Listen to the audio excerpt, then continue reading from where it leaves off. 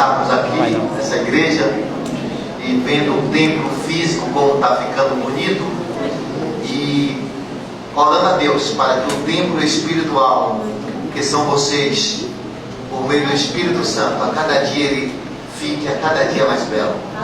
E nós temos orado por vocês, nós temos pedido sempre a Deus por vocês, para que vocês se mantenham de pé, para que Deus conserve a cada dia a fé no Senhor Jesus Cristo mais e mais.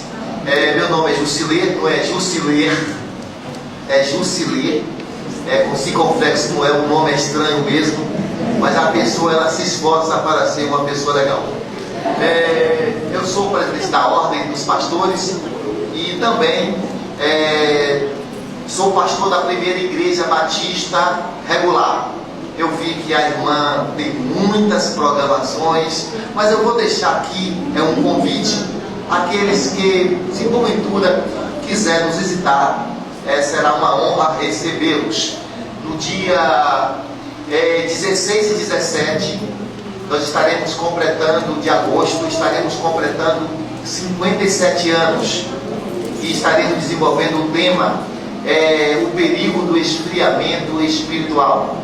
E eu espero que aqui nesta noite, nessa igreja, não tenha ninguém se esfriando na fé. Pelo contrário, esteja alguém a cada dia mais e mais animado. E o nosso preletor será o pastor Carlos Alberto, de lá do Ceará.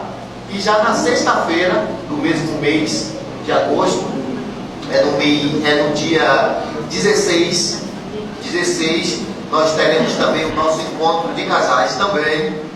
Estaremos desenvolvendo o tema, identificando de onde vem o conflito e como resolvê-los. Então nós estaremos também trabalhando nesses dias. E como falamos, irmãos, estamos alegres por essa igreja, pela recepção. Nós queremos, hoje à noite, estar trabalhando um pouquinho com vocês, mostrando as responsabilidades que nós temos diante de Deus. Quero trazer uma palavra para os pais, ou seja, aquele homem, o esposo, o pai. Quero trazer também uma palavra para a esposa, a mãe, e eu quero trazer um reforço para o casamento. E eu quero começar hoje à noite iniciando de uma forma negativa. Eu sempre gosto de fazer isso, porque as coisas negativas elas servem também para nos ajudar a não fazermos a mesma coisa. Queria contar para vocês o seguinte: tinha um rapaz lá da igreja que ele iniciou muito bem. Ele tornou-se um profissional de cortar cabelo. Ele deixava qualquer pessoa bonito ou bonita. Ele cortava mesmo cabelo muito bem, e até hoje ele corta cabelo muito bem. E de repente, irmãos, ele aprendeu essa profissão, ele começou a ensinar, a trabalhar, ensinando até outras pessoas a como cortar de cabelo. Ele era casado, ele tem 3 filhos, e ele começou a fazer alguma coisa que não é justo que se faça, não é legal. Negligenciar as coisas prioritárias nossas, que é as coisas espirituais. Ele começou pela manhã, o culto começava às 9 e ele chegava às 10 horas. À noite o culto começava às 19 horas, ele não ia, e quando chegava já era no finalzinho. E nós tínhamos lá um irmão, nessa época eu estava como diretor de evangelismo, e eu e outro irmão, o irmão trabalhava na área do discipulado, e nós o exortamos. Eu lembro que eu conversei com ele: irmão, não é legal o que você está fazendo. Você vai sofrer na frente, você vai padecer, você vai sofrer muito pelas suas decisões que você está tomando. Mas ele continuou, não frequentando os cultos, fazendo as mesmas coisas. De repente, o diabo agiu, e agiu feio. Como foi que o diabo agiu? A esposa dele caiu no adultério. A gente sabe biblicamente que o adultério, ele arruína a vida de qualquer família. Ele ele caiu no adultério. O filho entrou nas drogas. Ele caiu na bebedeira depois disso. E nunca mais ele ficou de pé. Nunca mais. Foi para outra igreja, não ficou lá também. A esposa voltou para ele, mas já abandonou lá com outro homem novamente. E ele continua entrando no pecado do alcoolismo. E quando ele chega lá na igreja, eu fico olhando para ele, irmãos, como ele se deixou destruir. Então eu quero convidá-los hoje à noite para que você abra a palavra de Deus em Provérbios capítulo 14, versículo 26. Esse será o nosso primeiro versículo. Eu espero que Deus me use hoje à noite para fortalecer as famílias de estarmos aqui nessa igreja e vendo o templo físico como está ficando bonito, e orando a Deus para que o templo espiritual, que são vocês, por meio do Espírito Santo, a cada dia ele fique a cada dia mais belo. E nós temos orado por vocês, nós temos pedido sempre a Deus por vocês, para que vocês se mantenham de pé, para que Deus conserve a cada dia a fé no Senhor Jesus Cristo mais e mais. Meu nome é Jusilê, não é Jusilê, é Jusilê. Com circunflexo não é, o nome é estranho mesmo, mas a pessoa ela se esforça para ser uma pessoa legal. Eu sou presidente da Ordem dos Pastores e também sou pastor da primeira igreja batista regular. Eu vi que a irmã tem muitas programações, mas eu vou deixar aqui um convite àqueles que, se porventura quiser nos visitar, será uma honra recebê-los. No dia 16 e 17, nós estaremos completando, de agosto, estaremos completando 57 anos e estaremos desenvolvendo o tema, o perigo do esfriamento espiritual. E eu espero que aqui nesta noite, nessa igreja, não tenha ninguém se esfriando na fé. Pelo contrário, esteja alguém a cada dia mais e mais animado. E o nosso preletor será o pastor Carlos Alberto, de lá do Ceará. E já na sexta-feira do mesmo mês de agosto, no dia 16, nós teremos também o nosso encontro de casais também. Estaremos desenvolvendo o tema, identificando de onde vem o conflito e como resolvê-los.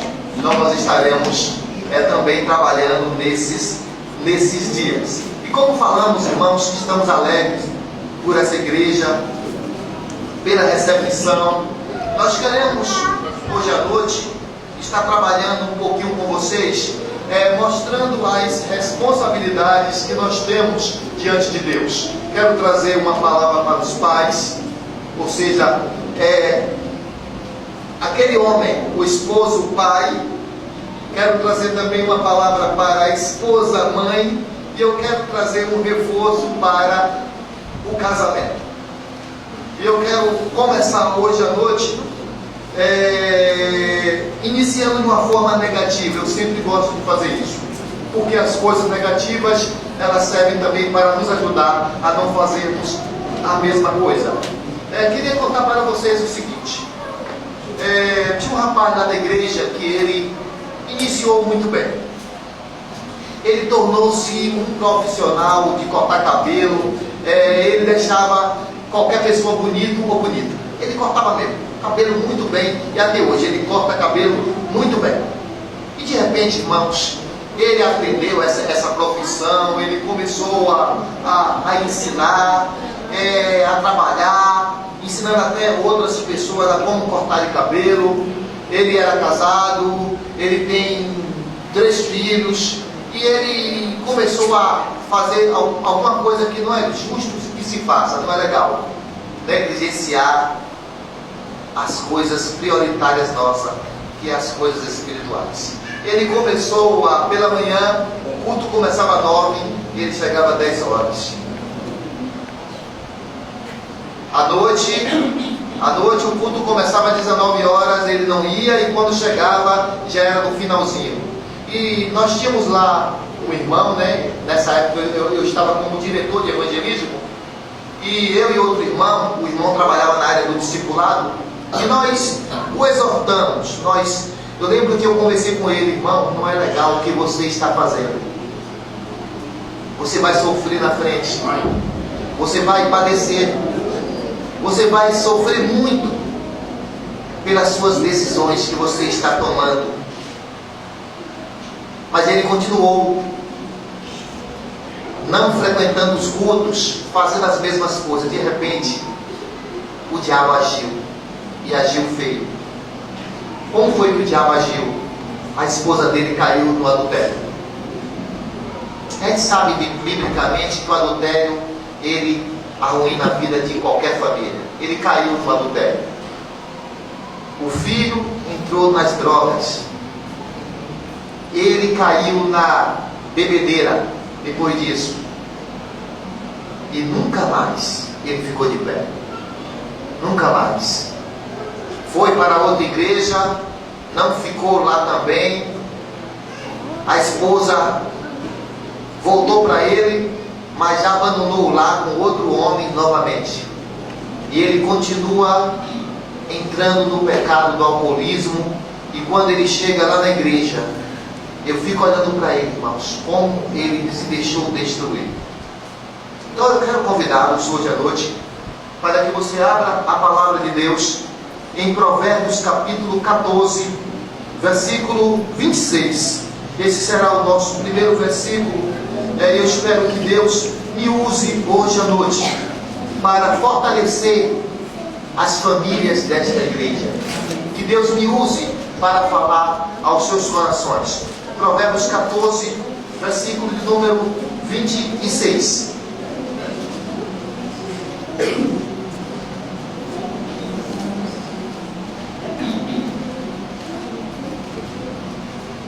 Todos acharam? O amém foi muito tímido. Todos acharam? Amém. Então, a palavra de Deus diz assim: no temor do Senhor tem um homem forte e amparo, e isso é refúgio para os seus filhos. Não sei se as traduções estão iguais, mas aquelas que tiverem, por favor, da segunda vez, leia comigo. No temor do Senhor tem um homem forte e amparo, e isso é refúgio para os seus filhos. Com sabedoria. Como se faz necessário vivermos com sabedoria? Nós falamos que, e foi dito aqui pelos irmãos, e está correto, que a família, Deus tem muito carinho pela família, porque foi Ele que criou a família. Antes que Deus criasse muitas coisas, antes que Deus criasse a igreja, antes que Deus criasse o sistema de governo, Deus criou a família. E a família está em crise.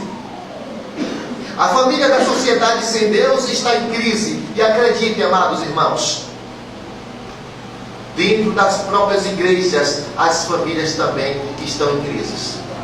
E acreditem, isso é fato, isso é pesquisa realizada.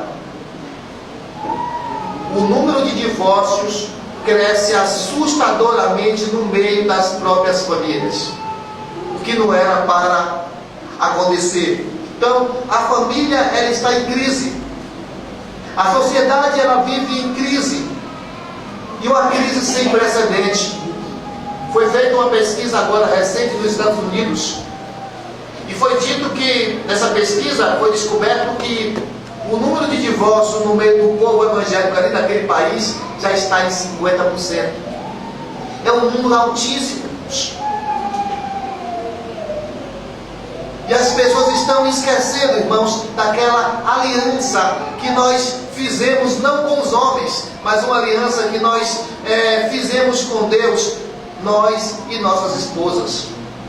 E nós precisamos atentar para isso.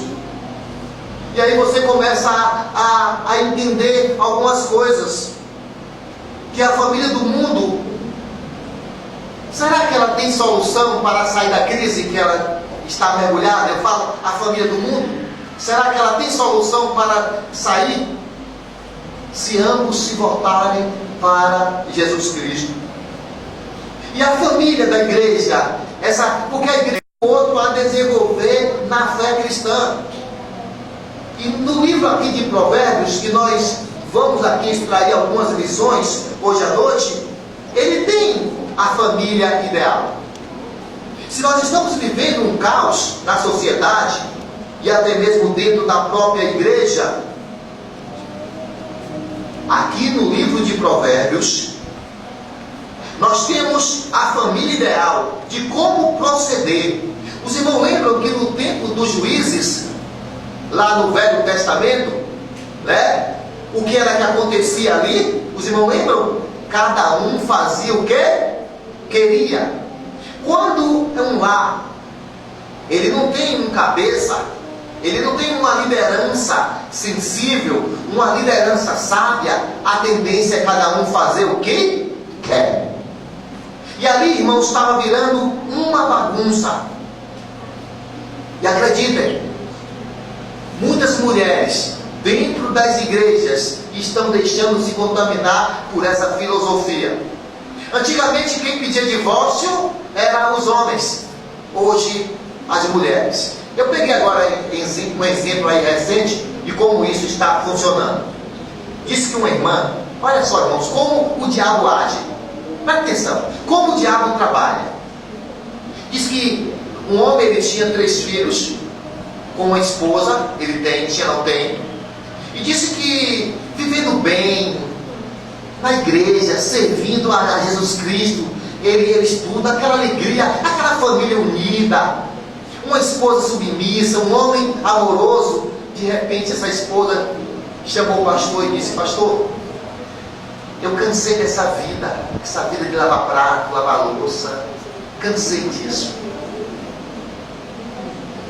Mas minha irmã, depois de tantos anos, eu não quero mais continuar nesse casamento não. Minha irmã, pelo amor de Deus, não faz isso não, minha irmã, pelo amor de Deus. E o marido já chorando e tudo, pedindo a ela. Aí o esposo foi conversar com os filhos, para ver se os filhos, se reuniam e para dar um conselho a ela. Acreditem, os filhos disseram para o pai: pai, minha mãe está certa. Minha mãe está certa. Minha mãe está certa, sabe por quê? Porque ela tem que viver a liberdade, tem que viver a vida dela. Uma vida independente. Isso tudo, irmãos, tem destruído a família. E nós precisamos compreender isso, que o problema da família é justamente uma falta de compromisso com as verdades de Deus. Outra coisa que nós precisamos compreender hoje à noite. Nas faculdades da vida, o que é que eles ensinam? Que esse casamento monogâmico é ultrapassado. As professoras vão ensinar nas creches. Nós colocamos os nossos filhos na creche, nos colégios. Quando chegarem lá, o que é que elas vão ensinar? Que o casamento é ultrapassado, que esse modelo bíblico não existe mais. E esses meninos sairão de lá, das escolas, com a mente perturbada, com a mente completamente formada daquilo que Deus ensinou. Então, queridos, nós precisamos começar a ensinar os nossos filhos no caminho do Senhor. E acreditem, cresce a cada dia o número de pessoas que estão tentando aquele casamento chamado de contrato de casamento, a união estável, até mesmo dentro das próprias igrejas. Irmãos, isso não é casamento, a união estável. Ou seja, aquele mesmo tipo de casamento que aquelas pessoas que não conhecem a Deus, pessoas do mesmo sexo, estão fazendo. É um contrato. E não é o modelo de Deus. E aí você pergunta: há esperança? Há como rever? Olha, a Bíblia diz, lá na segunda carta, em 1 Timóteo capítulo 3, sabe, porém, isto, que nos últimos dias serão tempos difíceis, tempos trabalhosos. nossos. E nós estamos vivendo, irmãos, esse tempo difícil, esse tempo trabalhoso, e que nós estamos enfrentando isso. Mas observe, irmãos, que para a sua igreja nós temos Jesus Cristo.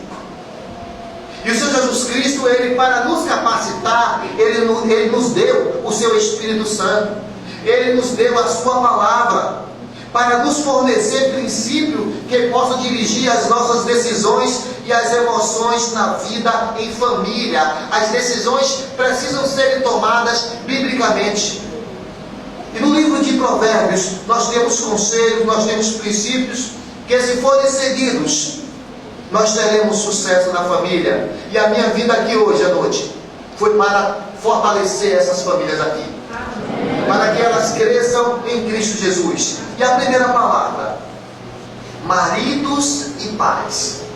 O versículo que nós lemos, ele fala no temor do Senhor. E o livro aqui de Provérbios, como nós falamos, ele apresenta, irmãos, um ideal que certamente ajudará a fortalecer a família. E nós temos a ajuda de Cristo. Hoje o ministério dele, um dos ministérios de Cristo, é estar no céu intercedendo por nós. Acreditem, neste momento ele está intercedendo por vocês, por cada marido, por cada irmã aqui, por cada esposa, por cada criança. Ele está intercedendo por cada um. E além disso, ele nos envia o seu Espírito Santo para trabalhar, para nos auxiliar, para nos capacitar, para nos ajudar a aplicarmos os princípios de vida por meio da sua palavra. Então, vamos aqui pensar. A minha primeira palavra hoje é uma palavra para os maridos. Será que você passa no teste hoje à noite? Será que você é o marido que Deus quer? Quantos aqui são casados? Os homens, levanta as mãos. Os casados. Amém, tem um bom número. Será que a gente passa no teste? Já que eu sou casado? Qual o marido ideal conforme Provérbios? O marido ideal, é a primeira verdade que eu tenho aqui para nós hoje à noite, é que o marido ideal aqui conforme Provérbios, o marido que vai sustentar a família, em primeiro lugar, é aquele marido que teme a Deus. Você teme a Deus? Volta um pouquinho aí. Capítulo 14, versículo de número 11 de Provérbios. A casa dos perversos será destruída, mas a tenda dos retos florescerá. Olha só, a casa dos perversos, essa sociedade sem Deus, será o quê? Destruída, mas a tenda dos retos florescerá. Quem são aqui esses retos? Quem são esses retos? Aqueles que confiaram em Jesus como seu Salvador. Esses têm condições de viverem temendo a Deus todos os dias. Quando há fracasso na família, é porque falta temor, ou de uma parte ou de outra. E aqui ele fala sobre o temor do Senhor. E o que significa temor? Significa, em primeiro lugar, reverência santa. Significa, irmãos, viver à luz da perspectiva divina, tomando decisões em todos os caminhos de acordo com a sua vontade. Aquele que teme a Deus, cada decisão, antes de tomar, o Senhor aprova, o Senhor reprova, porque Ele quer agradar a Deus, Ele quer fazer isso. Aquele homem que teme a Deus, ele vive na sua presença. Por isso eu creio neste momento que o que mais a igreja está precisando, homens tementes a Deus, homens reverentes ao Senhor, homens que vivam para fazer a vontade de Deus e não a nossa vontade, homens que vivam em obediência, homens que dedicam suas vidas para louvar o Senhor, homens que não ficam em casa, homens que vêm à igreja para louvar ao Senhor. Então, em primeiro lugar, esse homem que teme a Deus, essa é a primeira verdade que eu tenho. A segunda verdade, a primeira verdade é aquele homem que teme ao Senhor, reverência santa. A segunda verdade, ele está inteiramente comprometido com sua esposa e a valoriza como um presente de Deus. Amém. A esposa do Senhor é um presente de Deus para o Senhor. A esposa do Senhor é um presente de Deus. Cada esposa aqui foi Deus que te presenteou com ela. Amém. Valorize esse presente. Acreditem, o que eu vou falar aqui é como experiência de pastor, na qual eu sempre combati isso. Nunca tratem homens, maridos, sua esposa de uma forma grosseira, porque 1 Pedro 3,7 diz que quem faz isso terão as suas orações impedidas. Deus não vai ouvir. Presentes de Deus.